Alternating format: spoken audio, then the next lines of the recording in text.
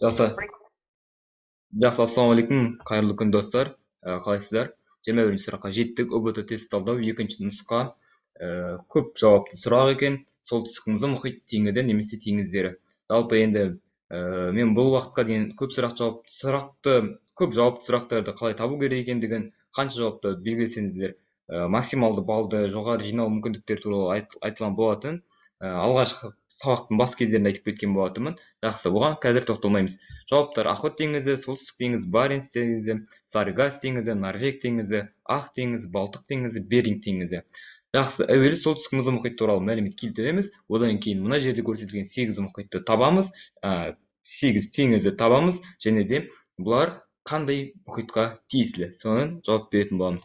Солтүстік мұхит жер шарындағы аумағы жөнінен ең кіші мұхит, ауданы 14,75 миллион километр квадрат, көлемі, яғни объемы 18 миллион километр куб. Жалпы енді орташа тереңдігі 1220, ең терең жері 5527, ол бізде Гренланд теңізінде. Гренландия аралының маңында орналасқан. Жалпы енді Гренланд теңізі. Жақсы.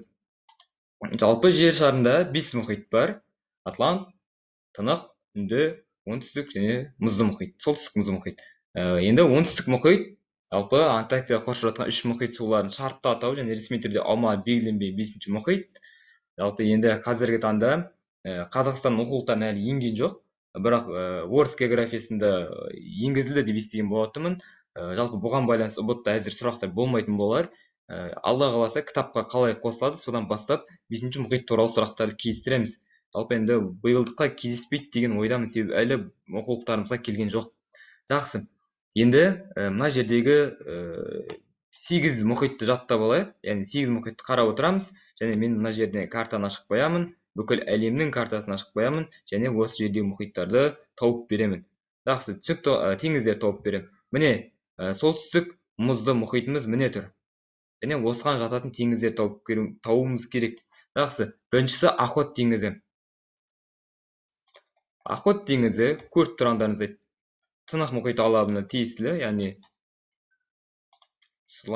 міне Охот теңізі көрдіңіздер деп ойлаймын, мен кетіріп отырамын, себебі келесі бетке өткен кезде ізі қалып қояды екен. Охот теңізін көрдіңіздер, Тынық мұхиты алабына жатады, яғни Тынық мұхитынікі. Одан кейін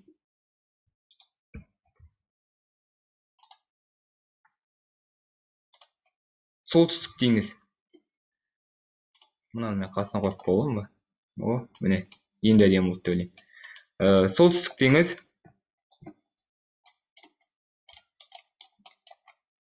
міне, бұл бізде Атлант мұхитының алабына жатады екен. Мен мына жақтан сызып отырайын. Солтүстік теңіз міне, Еуропаның солтүстігінде орналасқан. Егер керек десеңіздер, тіпті сызып көрсетіп бере аламын. Одан кейін Баренц теңізі. Міне, Баренц теңізі. Бұл бізде солтүстік мұзды мұхитқа тиесілі екен. Демек, жауап дұрыс. Бірінші дұрыс жауабымыз. Төртінші жауап Сарыгаз теңізі.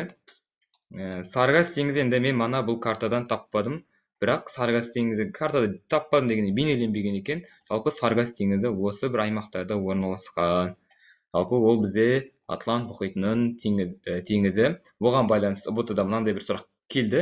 Бұрынғы тесттерде балдырлы теңіз деген атауы. Яғни негізгі атау солай, яғни өздерінің тілден аударған кезде балдырлы теңіз деп келді. Соның дұрыс жауабы Сарыгаз теңізі болады, алдағы уақытта енді сіздерге бір қосымша ақпарат ретінде айтып отқаным ғой. Одан кейін Норвег теңізі. Міне, Норвег теңізі. Бұл да бізде солтүстік мұзды мұхитқа жатады екен. Ақ теңіз. Қазір енді сіздер Ақ теңізді көре аласыздар ма? Мен барынша жақындатам. Міне жерде тұр. Белое море деп тұр. Осы бізде Ақ теңіз. Бұл да бізде солтүстік мұзды мұхиттың теңізі екен. Демек, 3 жауап табылды. С, Е және F нұсқалары бізде дұрыс жауап болып келеді екен. Балтық пен Беринг теңізінде таба қояйық. Беринг теңізі енді бәріміз білетіндеріңіздей.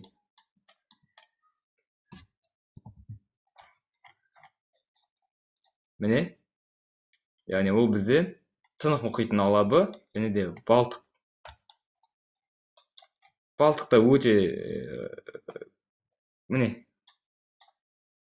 бұлғайлап кеткен. Енді Балтық теңізі бұл бізде Еуропада көріп тұрғанда. Бұл да біз айтпақшы Атлант мұхит алабына тиесілі. Беринг бізде Тынық мұхитқа тиесілі болса, Балтық бізде Атлант мұхитына тиесілі. Жалпы енді сұрақ түсінікті болды деп ойлаймын. Сұрақ қатты қиын емес. Яғни кішкене сәл картамен жұмыс жасап білу керек. Жалпы енді нағыз болмаса былай жасап қоюларыңызға болады.